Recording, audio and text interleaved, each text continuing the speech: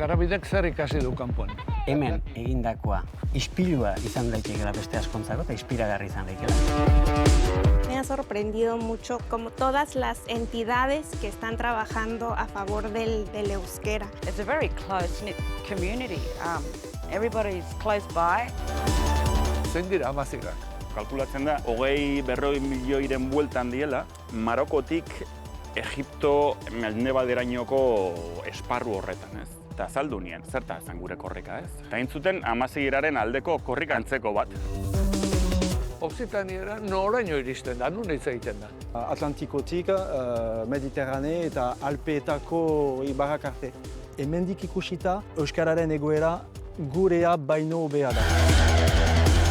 Galesetik behiratuta, zer ikusten duzue baliagarrien Euskal Herriko esperientziatik? Kaleetan ikusten zen euskararen aldeko grina edo. Begibistakoen den gauza bat. Eta oso politxe da. Orain ikustu bi gobernoren arteko lotura nire aldetik, gustatuko litzateke sakontzea. Zure ikuspegitik, New York, Londres, euskarak zer ematen dio munduari? Asko. Ikuspuntu desberdina, euskarak lotura badu lurarekin, naturarekin. Egia da, zer hobetu asko daukagula, baina egindakoa ere, atzera behiratuta, ez da gutxi. Hori guk egin dugu.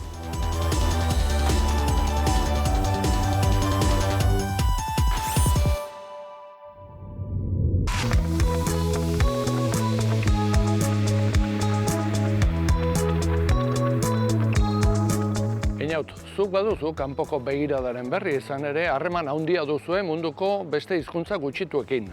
Nondi dator interes hori? Garabide sortu zanean, lankidetzako munduan lanian aidan jende bat, ateratzen da mundura, Euskal Herritik, eta konturatzen da komunidade haietan, ia denetan, badagoela hizkuntza gutxituren bat. Aha. Eta hizkuntza horiek galtzen ari diala. Eta naiz eta ikuspegi horrekin ez joan, hemengo sensibilidade hori zeukan jende horrek esaten du, Euskal Herriak badauka zerbait eskaintzeko komunidade hauei. Esperientzi handi bat, azkeneko batez ere 50-60 urteetan, hizkuntzaren alde, hizkuntza bizi berritzeko egindan lanaren esperientzi hori. Hortik sortzen da idea, Garabide bezalako elkarte bat sortzeko. Eta Garabide beraz zer da? Deitzen diogu hizkuntza lankidetza egiten degula. Lankidetza da, kooperazioa da, baina hizkuntzarekin egiten dugu. Hizkuntza gutxituak dituzten komunitateekin, eta nolabait bere hizkuntza bizi berritu nahian dabilen jende horrekin. Batez ere, hemengoa erakusten saiatzen gera, beraientzako inspiragarri izan baleike. Eta ze gauza dia erakusten dianak, ze alorretan edo? Ikuspegi orokor bat ematen saiatzen gera, eta guk zuhaitz baten moduan irudikatzen dugu hemengo esperientzia nolabait. Orduan, alde batetik daude, gai teknikoagoak izan leizkenak, baina bere garrantzia handia daukatenak, estandarizazioa, euskara batuaren prozesua zein izan zen, korpusa, terminologia, kontu guztiak. Eta gero aparte, arloka zer egin dan, ezta? Eta ze garrantzitsua dian, adibidez, hezkuntzan alorra, ezta?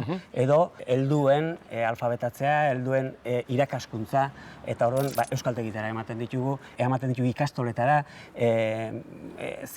hezkuntza ikastetxetara, baita ere instituzioetara joaten gera, euskara planak eta hizkuntza planak ezautzen ditugu udaletxe, diputazio eta abarretan, aktibazio sozialean ze garrantzitsuak izan daitezken euskararen edo hizkuntzaren aldeko hainbat eta hainbat arlo, bai musika, bai literatura, bai zera, edo bestelako festak, edo kilometroak ikusten dituzte, edo ikusten dute korrika, edo hainbat eta hainbat arlo bai.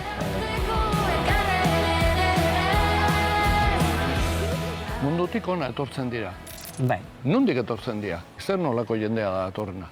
Batez ere, orain arte, etorri dira Hego Ameriketako eta Erta Amerikako komunitateetatik. Beraiek dira, beraien komunitateetan hizkuntza bizi berritzen saiatzen ari dianak. Aktivistak dira.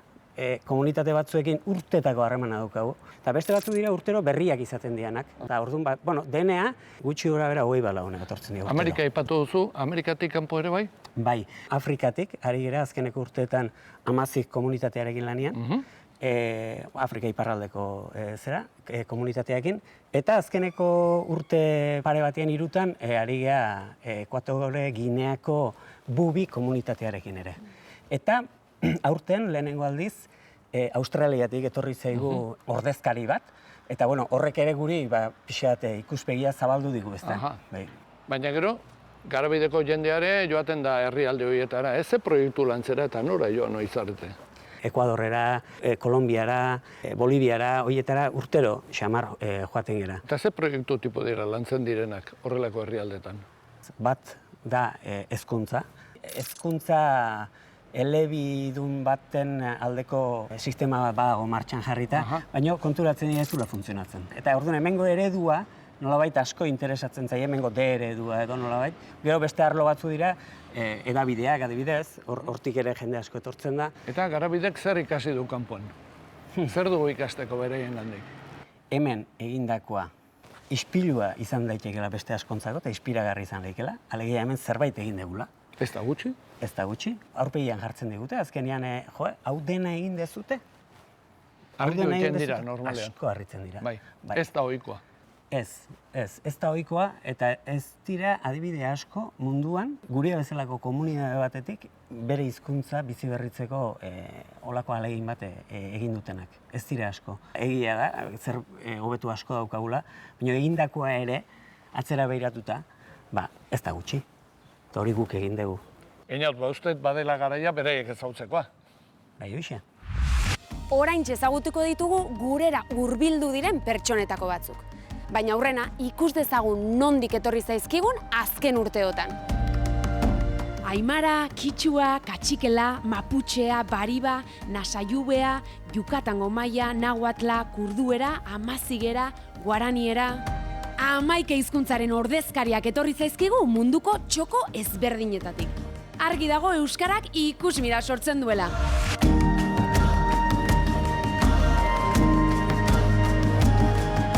Zuek hirurak Garabideren aditu programako parte hartzaileak zarete. Nor zarete eta nondik zatozte? أزول نشقانا ميلود الحنكاري البوزيدي راس رينو زقيانا توبو عياشت تمغا تمازيغ سوار غذاري فيث ذاري فيث سوار انت جي الحوسيمة جي الناظور ذي بلاجني ذي الطافينس ذاري فيث انت ذيج نتو ثلاث زيدو ثلاين ذي مازيغين Jedempia, tonantin râu, ham sham gaspenzang, wahwemp, nawembetka, ayu kangapspia. Ngayon nga na Sylvia. Aga na yok ngayong panama anintilyo ko anangal nga ngayon ngambulya ma ampul makikia ayang katar para ma ako amakalwak pa. Yoko china urapa pun wana malayang panama na yoko anintilyo ko ayoko anmaokora na ako lupura ayoko Australia manjama malya ayoko ayang puma.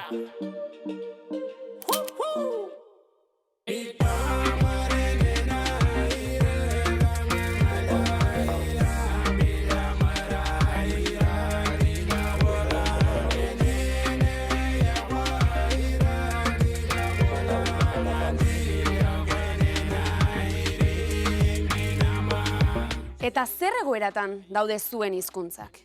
Currently, my language is a living language. Everyone in community speaks it. There's about 1,500 that speak the Anindilyoko language.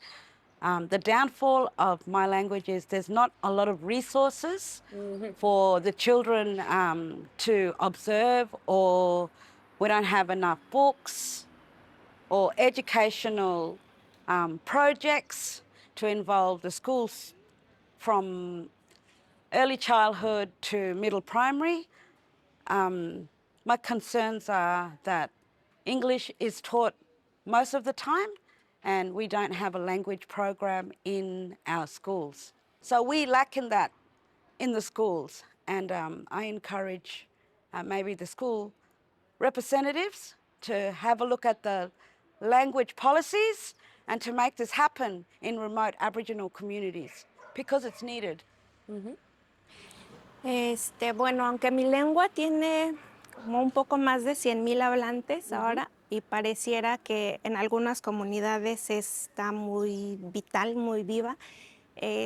Sí notamos que en algunas familias o en muchas familias se ha roto la transmisión de padres a hijos. Bueno, ese en el caso de mi comunidad, pero hay otras comunidades mijes donde pues ya la mayoría de los hablantes tienen más de 50 años. Entonces creemos que es importante seguir trabajando para fortalecer nuestra identidad como mijes. Lo que queremos ahorita es como dentro de la planificación trabajar mucho el estatus que tiene nuestra lengua en nuestra comunidad. Entonces pensamos que así podemos hacer que más personas vean que es importante, que es necesario, y entonces queremos crear como esas condiciones en las que se necesite hablar la lengua, o sea, en la que tengan más funciones y mantenerlas que ahorita tiene. Eta Miluda, zure kasuan? El caso de mi idioma forma parte de la familia del idioma Tamazight. Tamazight abarca un espacio muy grande, desde Siwa, de Egipto, y después de Siwa hasta el Atlántico, y desde el Mediterráneo hasta el Sahel, hasta las fronteras de Níger y Mali. Pero son islotes que no todo el mundo sigue hablando Tamazight. Donde se habla todavía más es en Marruecos, que unos 60% de la población marroquí lo habla, y también en Argelia unos 20%. Nosotros hablamos tarifit, podemos ser unos 5 millones de hablantes, pero la gran parte está en diáspora. Actualmente la cosa no va bien. Formakuntza eta esperientzia honetatik, zer iruditu zaizue interesgarriena, eta beraz, zer eramango duzue zuekin, zuen herrialdetara? Yo me llevaría que el idioma es un eje transversal que he visto por todas las entidades donde hemos visitado, y por otra parte todos aúna la capacidad de gestionar los conflictos para que podamos tener puntos en común en el tema lingüístico. Eso me gustaría que nosotras algún día podamos llegar a este punto. Tonantzin? Me ha sorprendido mucho como todas las entidades que están trabajando a favor del euskera.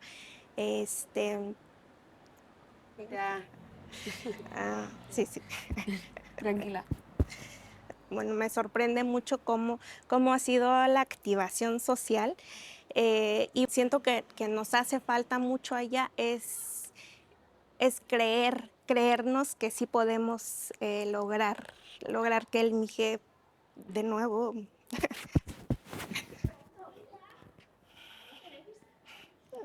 Tranquila. Eta zure kasuan, Silvia? What inspires me in Euskera? It's a very close-knit community. Everybody's close by. They keep each other safe. The children are safe. The schools are taught in their first language, Basque. I'd like to see that in other Aboriginal schools in Australia. I see the struggles that we go through, but that story was very inspiring for me. Ezagutzen duzue Liet nazioarteko jaialdia? no. Liet nazioarteko jaialdiak Eurovision arrakastatsuaren eredua jarraitzen du. Baina bertan, ingelesez abestea debekatuta dago. Europako hizkuntza gutxituetan abestutako nazioarteko lehiaketa baita. Katalanez, korsikeraz, faroeraz, frisieraz, bretainieraz, ladinoz eta kornubieraz abestutako kantak izaten dira irabazle. Baina batez ere, samieraz.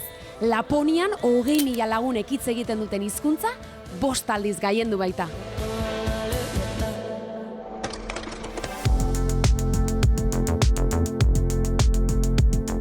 Samierak 5 eta euskarak 0 patatero. Noizko abesti euskaldun bat irabazle? Ea hemendik gutxira den. Bitartean, Leioako kampusera etorri gara, gurera hurbildu den ikasle eta irakasle batzuekin hitz egitera.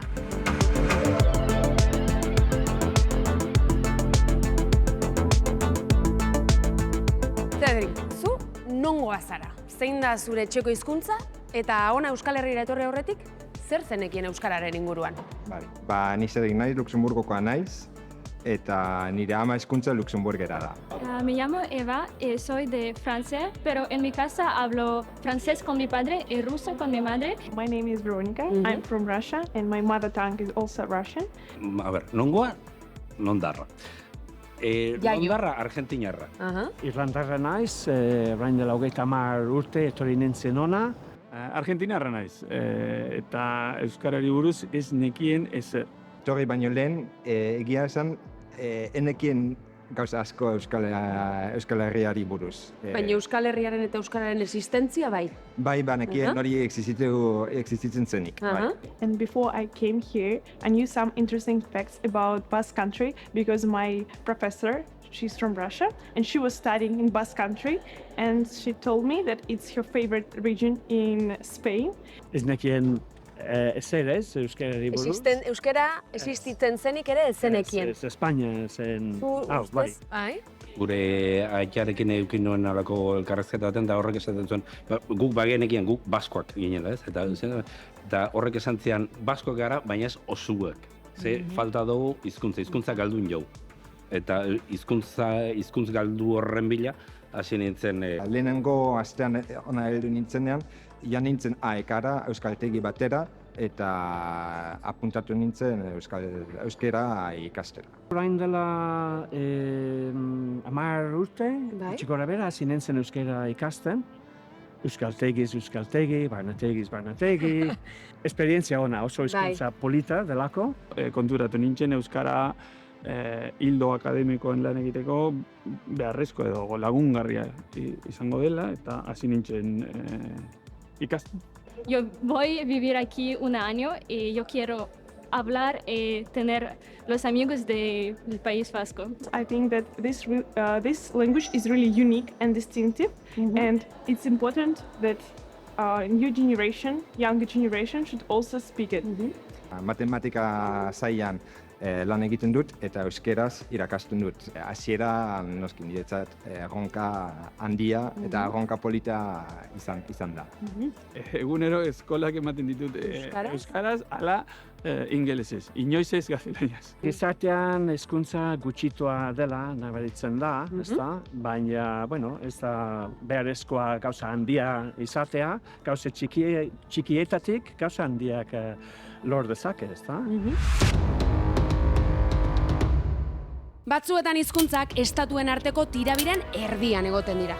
Esate baterako 1951 Peru eta Ekuadorren artean gertatu zen gatazka. Non hizkuntza partekatzen zuten indigenak mugaren bi aldeetan zeuden. Gaur egun ere, hizkuntza komunitateak tarteko diren gatazka asko dago. Adibidez, Kurdistanen, Kashmirren,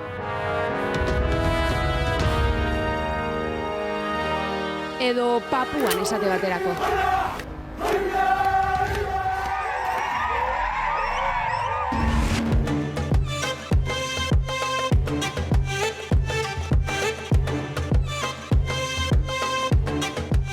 Carlos, mundu erdia korritu duzu, hizkuntza gutxituen eta nazio zapalduen inguruko erreportajeak egiten. Nik asko zurekin deskobritu ditut. Egingo aldugu horrelako ibilbide labur bat, nun ibilizara? Nagusik ekialde hurbilen, ez? Ekialde hurbilen, kurdua direla, siriarra diela, Kaukas aldetik, bai. Asia erdialdean, eta Asia erdialdean, zein zuk esate baterako? Afganistan, Pakistan, Balutxistan, Iran. Karo, eskualde hura oso paroa da, Eta Europan ere batzuk aurkitu dituzu. Bai, desente uste baina asko ze gehiago. Hau da, Europa bera ere paradisua da. Askotan eukidet begia handik eta Europara bueltan konturatu naiz, hemen gurean ere asko da hola eta inkluso asko deskubritzeko bendik. Hasi, nondik hasiko gara? Ni hasiko nintzateke amaztigeekin, gertutasuna batek, ez? Azken fin, Mediterraneoen beste aldean daude. Hauei, bere ere esatezen, hori, ez? Berbereak. Eta zein egoeratan dago haien hizkuntza? Herrialdearen arabera. dijo hori. Hau da, Marokoko amazigen egoera eta Libiako amazigen egoera oso desberdina da, ez? Baina zuzen ere, egoera politikoa oso desberdina da gatelako. Eta bestaldetik, Argelia ere aipatu barra dau. Argelian komunitate historiko handia da, katek abildarrak, ez? Eta Argelian aldiz, sekulako errepresioa jasaten nahi dira, sekulako errepresioa. Eta Libian, porrotindako estatu baten, beria egiten saiatzen nahi dira, baina gobernu aldetik ez da inongo beren aldeko pausurik. Gaddafi akatu zuten 40 urte boteran eman osten. 40 urte horietan Frankokin gertatu bezala, amaziken edozein kultura adierazpena, hizkuntza dena, kultura adierazle oro debekatuta zakaten, ez? Orduan, egun batetikan bestera, atera ziren plazara, ikusten zenituen lehenbiziko amazik eskolak Libian. Lehenbiziko amazigeraz idaitzeko liburuak. Lehenbiziko amazigerazko irratsaioak. Dana egiteke zeon. Eta esatez dutena zen, eskaldu ditu 40 urte eta presa handia dakau denbora hori berreskuratzeko, ez? Bixat hemen gertatu zenaren antzera, Iguala. Bazuten hemengo berri? Bai, normalen izaten da. 2016-en nan nengola, gutxi gora bera bideratuta zaukaten hizkuntza normalizatzeko prozesua. Eta, kontaktua naukanez, bialdu nien amengo korrikako bideoa eta azaldu nien. Besterik gabe, zerta zen gure korrika, ez? Eta, iruditu zaien oso ideia politia esan zuen, zatik ezin dezakegu gukain. Eta intzuten amazigiraren aldeko korrik antzeko bat, Libian, bai. Amazigak alde batera utzi eta Kurdistanera joko dugu? Bai. Kalkulatzen da 40 milioi diela. Siria, Irak, Iran eta Turkia artean banatuta. Beti izan da nagusiki hizkuntza zapaldu bat eta debekatu bat. Iraken ez ezik, Irakeko iparralden ez ezik, gainontzeko herrialde guztitan kurduerak sekulako represioa jasan du. Iraken eskolak daude kurdueraz, unibertsitatean ere ikasteko aukera dakate, telebista dakate, eta erabat normalizatuta dago, Iraken. Iranen ez eta Sirian ere. Eta Turkia? Turkiak jarri die kurduei, kurduerazko telebista kate bat, ez? Hau da, badakate oso esanguratsua da. Nik emango dizuet kurderazko kate bat, baina nik egindakoa izango da. Gainontzeko guztiak debekatuta daude. Gero, Turkian kurdurazko egunkari bat argitaratzea edo gauza xumenak ere kartzelara eraman zaitu. Ehunka eta ehunka hizkuntza aktivista daude kartzeletan, gaur egun ere Turkian. Kurdistanetik jauzi egingo dugu Balutxistanera. Azken liburuan Balutxistani buruz idatzi duzu. Askotan esatea Balutxistan, baina egikolako izenak asmatuta dituk. Ez, izan bada, 3 estatuek banatutako herria da, 3 estatu oso beligeranteak, ez? Iran, Pakistan eta Afganistan. Eta herrialde bakoitzen egoera desberdina bada ere, faktore amankomuna zera da, errepresioa, ez? Zigorra, erabateko zigorra. Hizkuntza dela eta, Iranen erabat debekatuta dago. Iranen horatzen ez duela 3 urte urkatu entzuten, balutxera zitezun blogero bat, blogari bat, bere kanala zaukana interneten, eta urkatu entzuten. Afganistanen aldiz azkau talibanak, eta talibanek ez dakete inongo asmorikan inoren giza eskubideak errespetatzeko, ez herri txikienak, ez herri gutxituenak, ez da emakumeenak, hori jakin badakigu, ez. Azpimarratu beharra dago gauza bat, ez? Eskoletan ez da irakasten. Balutxera ez dago inon, balutxera etxetan dago eta kalean dago, baina ez dago liburutan. Eta gu nola ikusten gaituzte? Badakite bagarenik? Esango nuke kurduek nagusiki badakatela izan dutela gure berri, ez? Balutxek aldiz, balutxeko zurruti daude. Balutxek daude beste paradigma batean, ez? Orduan, ezer gehiago dakite, normalean. Europara itzuliko gara. Ea kasu bitxiren bat konta iguzu? Asko. Italia bera ere da altxor bat. Italian badazkau, italierazko variante ez gain, 12 hizkuntz. Tartean hizkuntz eslaviarrak, germaniarrak, grekoa, albanesa, katalanez egiten da Sardinian, tabarkineraz, hau da... Zer da tabarkinera? Tabarkineraz Liguriatik, hau da, Frantzia eta Italia arteko muga horretatik duela 300 urte, juntzien hortik, Tunisian instalatuan eman zituzten 150 urte, eta gero egoera kaskarra zela eta piratak eta eraso etengabeak, Sardiniako erregeak baimena eman zien bertako irla txiki baten instalatzeko. Orduan, gaur daño mantendu dute beren hizkuntza erromanikoa. Eta besteren bat? Burua datorki Bilamobiera. Poloniako herri bakar batean egiten da, duela 15 bat urte gelditze omen zien... Herri bakar bat da? Herri bakar bat? Herri txiki bakar bat. Bilamovice. Bilamovice izena edo bai. Hizkuntza germanikoa da. Poloniaratik oso diferentea. Oso eraba diferentea. De Nökven, wo der Vater mit der Wort sehr gut. 700 uur, het wird schon sein 800 Aurdan duela 15 urte esate zen, gelditzen ziela 10 bat agure hizkuntza mantentzen zutenak, emantzat ematen zen hizkuntza juningo zala, eta gazte batek ekin zion horren berreskuratzeari, eta gaur egun udaran honetan egon naiz beraiekin, eta esate ziaten 25 bat hiztun badaudela. Eta arro zeuden, ze Bilamobiera behaiek esan da pasada, zaharren hizkuntza izatetik gazten hizkuntza izatea. Carlos, guk ere kanpora pixkat gehiago behiratu beharko genuke, ezta? Esango nuke baietz, asko dago ikusteko eta ikasteko. Bestea beste, guk gurean ere gaskoia dakau, eta jende askok ez daki existitzen danik ere. Ara, gu oraintxe bertan bertara goaz. Kalandretak larretxori esan nahi du. Gainera, Okzitaniera hizkuntza nagusi bezala erabiltzen duten murgiltze ereduko eskolen izena ere bada. Iparraldeko sehaskaren antzera. Gaur egun Okzitanian, Frantziako hegoaldean, Kalandretak lehen hezkuntzako 77 ikastetxe, bigarren hezkuntzako edo kolegioko 4 ikastetxe eta lizeo bat ditu.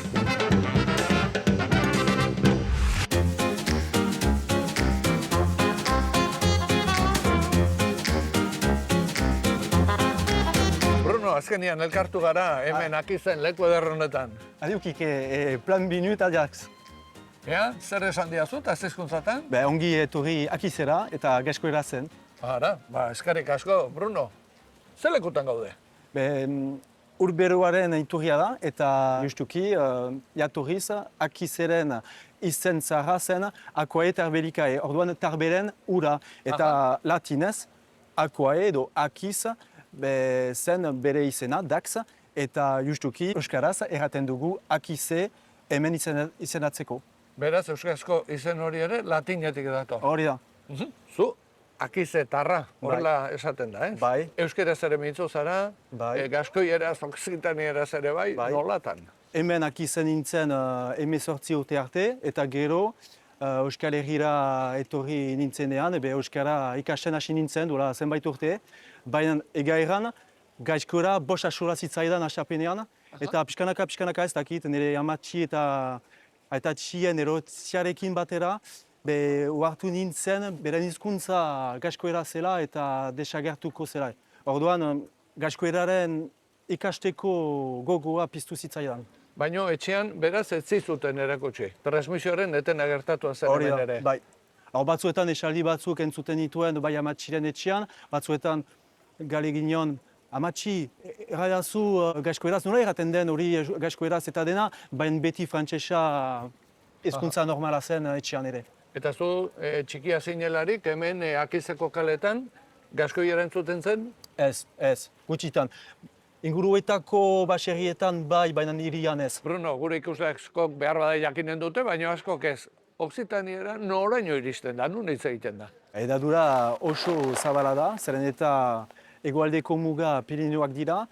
Frantzian Limousin eta Auvergne arte kokatzen da, eta mendebaletik ekialderaino, bada Atlantikotik, Mediterrane eta Alpeetako ibarrak arte. Eta hori Italiako zati batean ere bai, ez? Bai, hori da. 3 estatuetan kokatzen da, bai Aran bailaran, eta Italiako ibar zenbaitetan. Eta Euskal Herria ere ukitzen du? Bai. Hor gaude mugan, ez? Baiona, adibidez, betiko eztabaidak dira jakiteko ea gaskoinan edo Euskal Herrian kokatzen den, lingustikoki bai gaskoinan ere zen zenta eguneroko bizian gaskoerak bere lekua zuen. Eta orduan horregatik leku anitzek badituzte gaskoin izenak Baionan. Gero bada eztabaida bat, ea gaskoia okzitaniera den ala ez? Neri burura etortzen zait valentzieraren eta katalanaren arteko eztabaida, ez? Beti erraten dut nik bi erantzunak posible direla. Alde batetik bai gaskoerak okzitanieraren antzekotasuna duelako eta dinamikari buruz ere grafia bera gero eta gehiago erabiltzen dugu. Baina aldi berean, naiz eta grafia bera izan, gaskoinek badituzte beren gramatikak, beren hiztegiak. Orduan, ez talbaidetan dira, bai, jakiteko ea okzitanieraz den edo. Eta hemen gaur egun akizen bada gaskoieraren aldeko mugimendurik? Bai, badira elkarteak, adibidez hemen bazen plazan mintza praktika talde bat hastean behin elkartu ziren gaskoeraz mintzatzeko. Eta bai, uste dut baietz, bai. Eskolarik ez da hemen, akizen bertan. Inguruetan bai landesetan, baina ez dut uste existenten denik hemen eskola elebidunik edo murgiltze sistemarik, ez. Guazen, leku polit bat ikustera. Guazeko!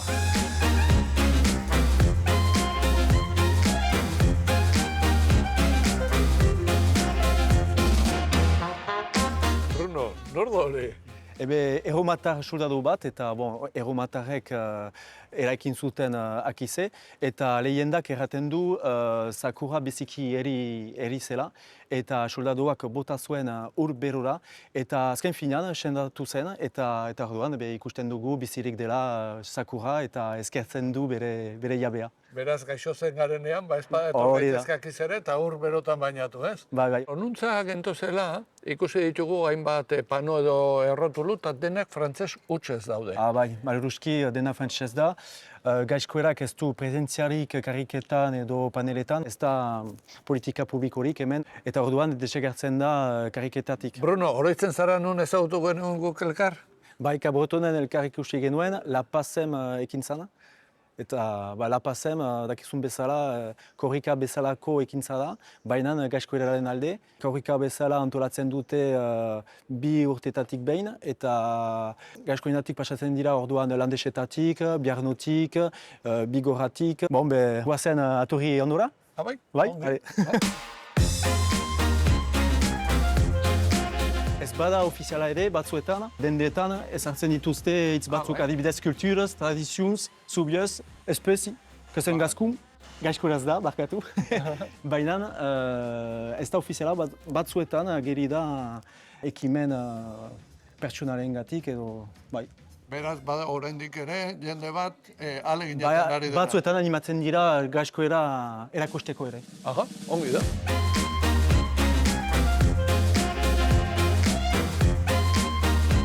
Bruno, Aturri ibaiaren gainean gaude, Euskal Herria ez da urrun. Nola ikusten da euskara hemendik? Beste hizkuntzekin konparatzen baduzu euskararen egoera, aski baikora naiz. Zeren eta gizartetik etortzen diren ekintza anitz dira, eta familietan bada transmisioala ere, eta ez da beste hizkuntzetan bezala, ikuspundu edo iritzi positiboa dute euskararen alde, orduan hemendik ikusita, nire ustez, euskararen egoera gurea baino hobea da. Eta euskara ingertu izanik, izan du eraginik gaskoieraren erabileran edo gaskoieraren egoeran? Eragin handia errezibitzen dugu hemen, erakusten digu gauzak antolatzen aldirela, ikastolak sortzen aldirela, artea eramaten aldutela dakizu musikan, komikietan, liburuetan, eta importantea da ere konturatzea familietan, kariketan mintzatu behar dela lagunen artean, eta hau da gure partez Euskaldunen ikasgaia. Azken hausnarketaren bat, Bruno? Gaizkoeraz erranen dut, koka kontinua de baia patak zentau gazkun. Segi dezagun borrokatzen gaizkoeraren alde. Bai hori xe. 2012an UNESCOk munduko hizkuntza gutxituen mapa argitaratu zuen. Bertan, munduko hainbat hizkuntzen egoeraren berri ematen da. Eta okzitaniera desagertzeko zorian bezala identifikatzen duen bitartean, euskararen egoera zaurgarritzat jotzen.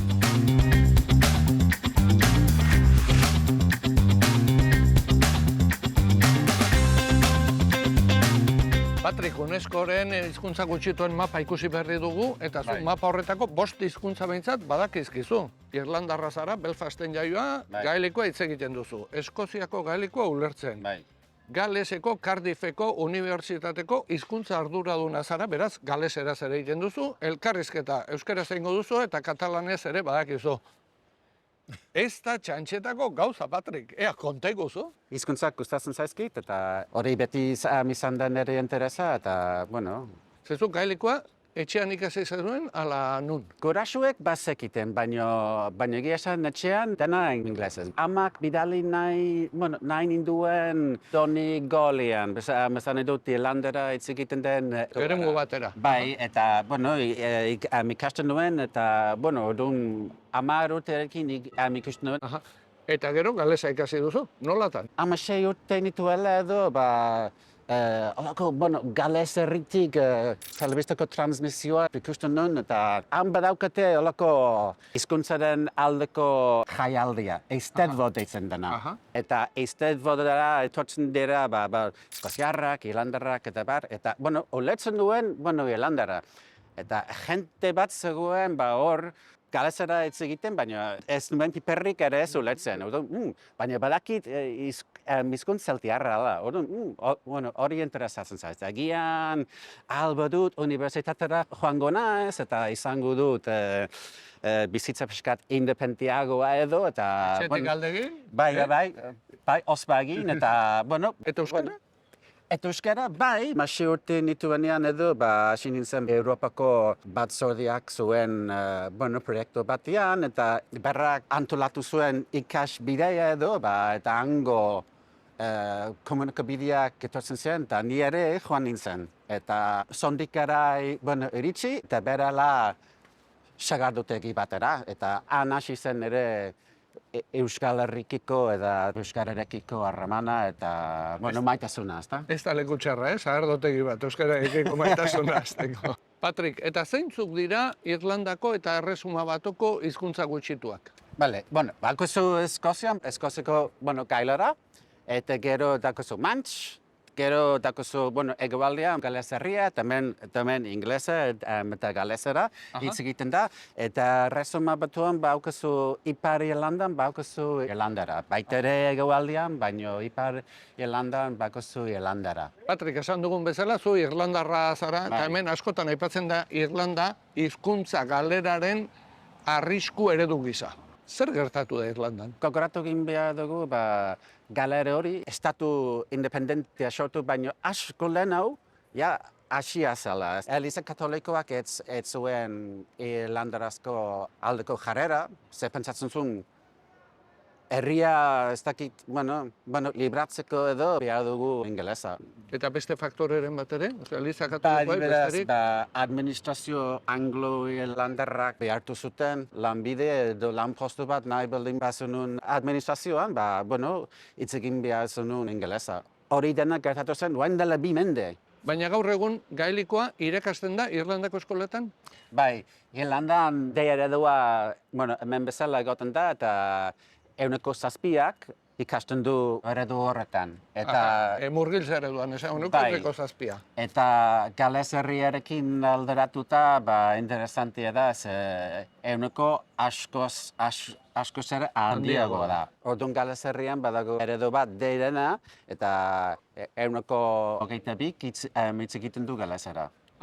Beraz 7% Irlandan eta 7% Galesen. Baina zertan desberdintzen dira Irlanda eta Gales? Faktore historikoak badaude, adibidez Biblia itzuli zen galesera, 4 mende. Orduan beti izan da hor, naiz eta euskalki eta galeskalki asko dauden, beti egon da hizkuntz formala. Orduan, jentia garai batean, joaten zen, elizetara eta bazekiten hizkuntz formal bat ere. Hizkuntz literarioa edo. Eta horrekatikan, gaur egun biztanleriaren 3 edo, galesera hitz egin dezakete. Zenbat dira horiek, kopuruetan gutxi horara Bai, zabaian? bueno, 1,5 milioi bat, pixka gehiago, bai. Ze galesen ere, hizkuntza ezagutza asko aldatzen da zonalde batzuetatik beste. Bai, historikoki, hemen, bakizu, Euskadin edo Euskal Herria mailan beti daukazu Bizkaia eta Gipuzkoa. Bai. Galesen historikoki, gotorlekuak, mendebaldean eta iparraldean daude. Baina esan behar da, azken hamarkada hauetan, hiztunak gehien dauden lekuak, Cardiff da. Eta administrazioak eta alderdi politikoak galesaren aldeko jarrera praktikoak bultzatzen dituzte? Bai, gertatzen dena da jarrera hori praktikoa dela. Esan dut, emango dizut adibide bat. Hemen Euskadin bauzkezue hizkuntz perfilak. Galesen ez daude. Nik uste dut bermatu egin nahi baldin badugu galesera, euki egin behar dugu loko elkarrizketa nazionala. Galeserarekin zer egin nahi dugu. Zer gaude prest egiteko gu. Bai gales hiztunentzako, bai galeseraz ez dakitenentzako baita. Orduan hori da, pendiente den elkarrizketa nazionala bat. Eta galesetik behiratuta, zer ikusten duzue baliagarrien Euskal Herriko esperientziatik? Nik uste dut gauza asko daude. Egon gara hitz egiten hizkuntz perfilei buruz. Hori da administrazioan gertatzen den gauza bat, ondo. Baina nik uste dut badaula hemen kaleetan ikusten zen Euskararen aldeko grina edo. Hori da begibistakoen den gauza bat. Eta oso politxe da. Orain nik uste dut bi gobernuaren arteko loturak joaten dira sakontzen peskat. Hori da, hasi dira eta nire aldetik kostatuko leitzareke lotura horiek sakontzea. Baina, jarraitzen dugun bi herrian arteko harremanak estotzen, Patrik. Aizu, azken galdera bat, iruditzen zaizu euskera konparatu daitekela txakurren zaunkarekin? Uf! Bai, ez da? Ez. Txakurrek arrazoi askorengatik egin dezakete zaunka. Pozaren pozez, arrisku baten aurrean, jolas egin nahi dutelako, gose elegarri direlako, azken finean komunikatzeko egiten dute zaunka. Euskaraz, zaunka, zaunk da. Tira, txakur txikiagoen kasuan, au. Gaztelaniaz berriz, guau. Eta frantsesez, waf. Hizkuntza bakoitzak bere onomatopeia propioa du. Baina, zergaitik zaunken kontu hau? 12. mendean, Aimeripiko erromesak euskara adausikari diren txakurrekin alderatu zuelako. Hizkuntza guztiz basatia zela argudiatuz. Bistan da, kanpo begirada guztiak ezin onak izan.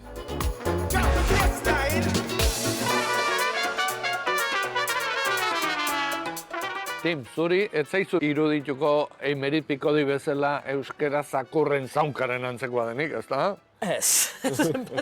Hori ez. Ongi. Aizutik, zu New Yorken jaioa zara. Londresen bizi zara, urte luzetan, eta orain Saran zaude. Zer du Sarak New Yorkek edo Londresek ez dutena? Hasieran mendiak, kolore berdea, batez ere euskara, noski. Euskara oso garantzitsua zen niretzat, zeren eta txikitatik Ziburun bizi nintzen.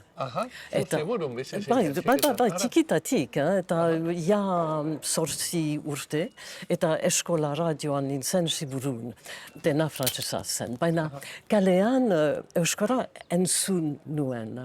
Eta gainera, banuen bigarren ama, eskualduna zen. Tim, baina zenba denboraz bizi izan zinen Ziburun? 8 urte. 8 urte, eta gero New Yorkera joan ginen, nire aita hil zen, hemen, Ziburun. There's a man who loved the Basque Country more than I do. Really more because he lived here longer. I've never lived here, I'm just a visitor. I came down to visit him and his family. It was Charles Wertenbaker, the writer, great friend of mine, a great man. And he died just a little while ago, and I came down here to see his family. Of course, the first thing I did was to look up his 11-year-old son, Chris. Here we are in the Wertenbaker's garden, and this is Chris Wertenbaker, and here's his mother. Leo.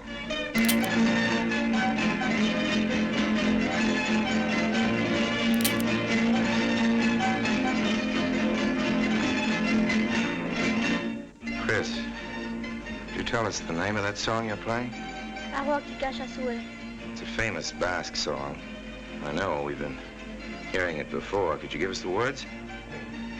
Arroak ikasazue eskuaraz mintzatzen, ongi pilotan eta oneskidatzatzen. Those are the Basque words. Eta gero nire ama eta anaia eta nik joan ginen New Yorkera.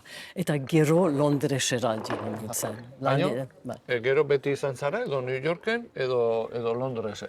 Beti izan zen Londresen, baina askotan eskualerira joan nintzen. Nahi nuen nire bigarren ama ikusi. Eta gero Sara diskubritu nuen, asko gustatu zitzaidan. Eta senararekin alokatu genuen etxe batzuk, etxe bat, eta gero beste etxe bat. Eta euskara non ikasi duzu? Hemen ikasi nuen. Hau da lagun batek esan zidan, baina zu Saran joaten zara askotan, udan, zergatik ez duzu euskara hitz egin. Eta lotsa eman zidan, eta berehala hasi nintzen ikasten. Hasieran ezakit bi aste aheukan, eta gero maizpidera joan nintzen bi aste pasatzera, eta pixkanaka urtero bi aste egin nituen, eta saiatu nintzen ikasten. Zuela ere bizitza guztia antzerkiaren inguruan eman duzu, ez Tim? Bai, betidanik, bai. Eta uneren batean, Minan ezagutu zenuen. Nola? Ezagutu nuen Amets Arzaluz, eta, banekien nor zen, telebistan ikusi nuen, eta iruditzen zait, zakit rock izara, ikusi nuen. Baina Amets oso gizon xumea da, eta elkarrekin hitz egin genuen, eta berehala sortu zen haremana. Eta denbora gutxira, eman zidan, ezakit, labetik atera berri Minan liburua. Eta irakurri nuenean gogoa sortu zitzaidan antzerkia egitea. Hori egiteko beharrezkoa zen itzulpena. Eta itzulpena egin nuen bitartean pandemia etorri zen, eta ez zen posible antzerkia egitea. Eta gero, lagun batek aintzane irazusta, orkestu zidan Ander Lipuz, eta Lipuzek galdetu zidan, eia berarekin lan egin nahi nuen. Eta oso pozik nintzen, horregatik egokitzapena eskuaraz egin nuen, hasi nintzen egiten. Eta gero, gainera lortu zenuen Londresen estrenatzen. Eta gero beste itzulpena bat egin nuen, hau da eskuaratik inglesera, eta antzerki txikian egin genuen. Eta jendeak zer nolako harrera? Oso ondo, hau da atzeritik etoritako jendea asko Londresen bizi da. Eta haientzat euren historia izan zen, eta asko maite zuten. Tim, eta zure ikuspegitik, New York, Londres, kultura anglosajoia esango genuke, euskarak zer ematen dio munduari? Asko. Hau da, ikuspuntu desberdina ematen digu, eta euskarak lotura badu lurarekin, naturarekin, hizkuntza oso zaharra, delako leitzetik ateratzen da, adibide bat daukat, adibidez oin, hori buruz askotan pentsatzen dut, inglesez da foot edo pie, baina oinarizko, oinorde, oinetxea, dena oinekin lotuta dago, eta berezia da. Ikusten da lotura oso polita, lurarekin, gorputzarekin, nortasunekin, dena, eta hizkuntza oso aberatsa da, eta mundu guztiak euskara ikasi behar du nire ustez. Oin ederra utzi diguzu, programari amaiera emateko, Tim. Eskerrik asko. Ikuspuntuarekin jolastea entretenigarria izan daiteke. Hemendik edo hortik begiratuta zeharo esperientzia desberdina eskuratuz. Nahaste borrastea edo pieza guztiek ederki bat egiten duten puzlea.